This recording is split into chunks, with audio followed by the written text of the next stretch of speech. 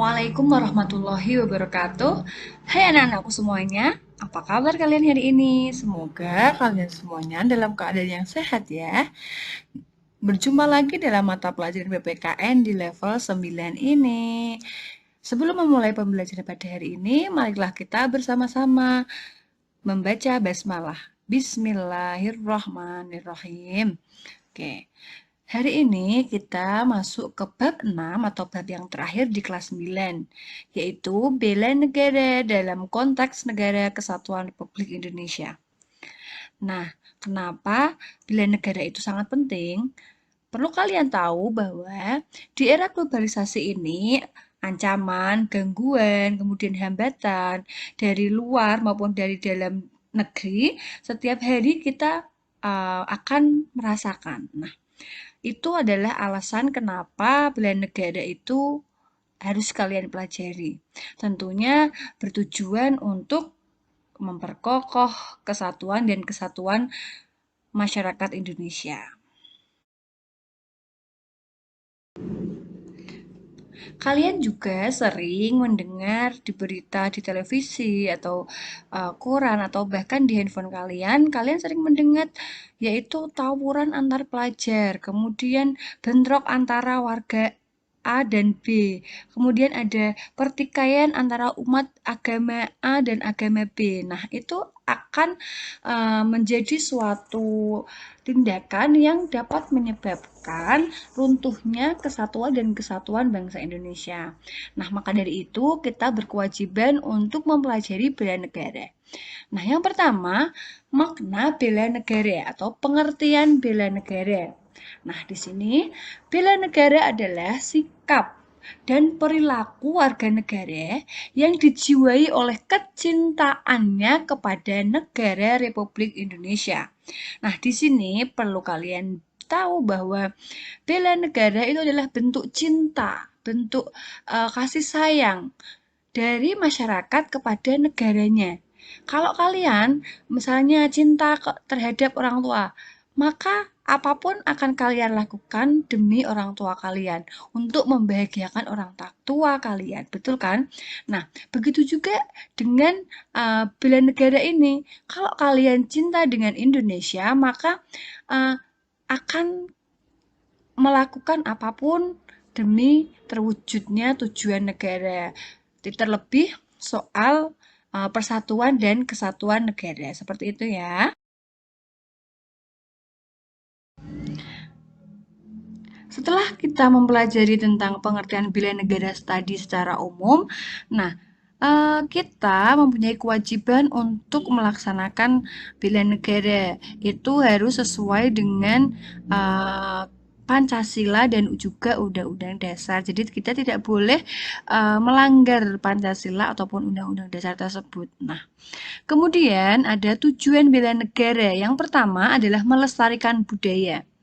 Budaya yang kita miliki itu harus dilestarikan. Kemudian yang kedua ada menjaga identitas dan integritas negara. Nah, bela negara juga mempunyai tujuan menjaga integritas, kepercayaan. Identitas berarti karakteristik suatu negara tersebut. Yang ketiga ada menjalankan nilai-nilai Pancasila. Kita juga mempunyai kewajiban untuk menjalankan nilai-nilai Pancasila yang Indonesia percaya sebagai dasar negara kita.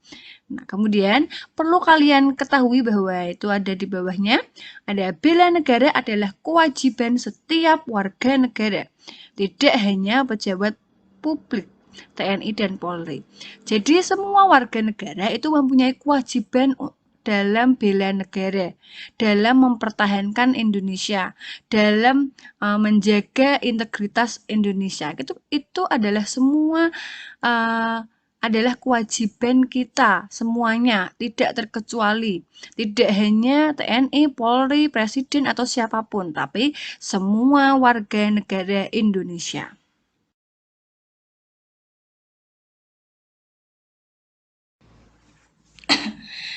Nah, setelah tadi kita mempelajari tentang pentingnya bela negara, sekarang kita akan mempelajari contoh bela negara dalam lingkungan bermasyarakat. Yang pertama itu ada dalam lingkungan keluarga. Nah, yang pertama itu adalah menciptakan suasana rukun dan juga harmonis. Nah, rukun keluarga, antara keluarga, misalnya rukun dengan kakaknya, adiknya. Nah, itu adalah salah satu upaya bela negara karena menjaga kerukunan. Kemudian yang kedua ada membentuk keluarga yang sadar hukum. Jadi gini, misalnya eh, si A atau anaknya itu di sekolahan dihukum oleh bapak ibu gurunya, disuruh jongkok misalnya. Tetapi adiknya ini yang salah ini tidak terima, kemudian lapor ke orang tuanya. Nah, orang tuanya kemudian eh, tidak langsung menyalahkan gurunya, tidak. Sebaiknya orang tuanya adalah memberitahu adiknya ini bahwa, "Nak, kalau kamu tidak nakal di sekolah, Bapak Ibu guru tidak akan menghukum kamu." Nah, jadi itu adalah salah satu bentuk untuk menyadarkan anaknya bahwa hukum itu dimanapun tetap ada. Di rumah pun ada yang namanya hukum. Misalnya setelah bermain harus merapikan, setelah bangun tidur harus merapikan tempat tidur dan lain sebagainya. Jadi perilaku sadar hukum itu harus dibentuk dari keluarga terlebih dahulu. Kemudian yang ketiga ada membiasakan untuk berperilaku taat dan disiplin. Jadi orang tua juga membiasakan kalian misalnya bangun pagi, kemudian subuh, kemudian duha dan lain sebagainya. Itu adalah salah satu bela negara dalam lingkungan keluarga. Kemudian ada contoh bela negara dalam lingkungan sekolah. Nah, yang pertama ada meningkatkan iman, takwa, dan iptek. Jadi kalian di sekolah biasanya kalau tidak pandemi itu biasanya setiap pagi kalian diajari untuk bersama-sama sholat duha. Itu termasuk iman. Kemudian ada iptek, kalian ada pelajaran komputer misalnya. Itu termasuk salah satu upaya agar kalian juga mengerti iptek. Kemudian yang kedua ada kesadaran bertata tertib di sekolah. Jadi kalian juga diajarkan bagaimana cara memakai seragam dengan baik dan benar. Kemudian ada aturan tidak boleh memakai sepatu selain warna hitam dan lain sebagainya. Yang ketiga ada kerelaan untuk menjaga keamanan sekolah. Jadi kalian sebagai murid punya kewajiban untuk menjaga keamanan sekolah. Dari apa? Dari misalnya tidak berbuat gaduh di kelas, tidak misalnya membuat keributan dengan adik kelas dan lain sebagainya. Itu adalah salah satu contoh bela negara dalam lingkungan sekolah.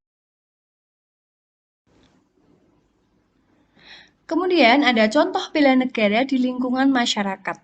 Ada menjaga keamanan kampung misalnya ikut uh, ronda malam misalnya. Kemudian ada melaksanakan peraturan yang berlaku di masyarakat. Misalnya tamu maksimal jam 9, tamu menginap harap lapor dan lain sebagainya.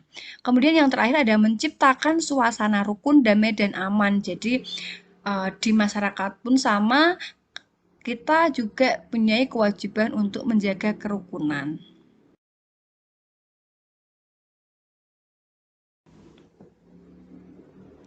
Kemudian yang terakhir ada contoh bela negara dalam lingkungan negara. Yang pertama ada mematuhi peraturan hukum. Jadi misalnya peraturan lalu lintas. Anak di bawah 17 tahun tidak boleh mengendarai sepeda motor. Itu salah satu aturan yang berlaku di Indonesia. Kemudian tidak boleh main hakim sendiri ketika ada seorang misalnya pencuri atau apapun. Kedua, ada membayar pajak tepat waktu.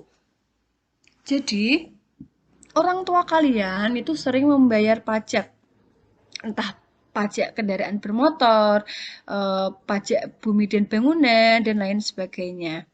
Yang ketiga ada menjaga dan memanfaatkan fasilitas umum dengan baik. Nah, ini kalian juga punya kewajiban untuk menjaga fasilitas umum. Misalnya kalian main nih di pansi. Nah, kemudian kalian mencoret-coret temboknya atau merusak fasilitas umum. Nah, itu tidak boleh. Kalian juga mempunyai kewajiban untuk menjaga fasilitas umum tersebut biar fasilitas tadi bisa dipakai oleh orang lain. Begitu.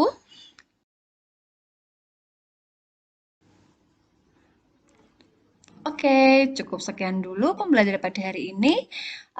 Semoga dengan pembelajaran ini kalian bisa lebih baik lagi dalam berkehidupan menjadi warga negara yang baik. Cukup sekian dulu. Wassalamualaikum warahmatullahi wabarakatuh. Bye bye.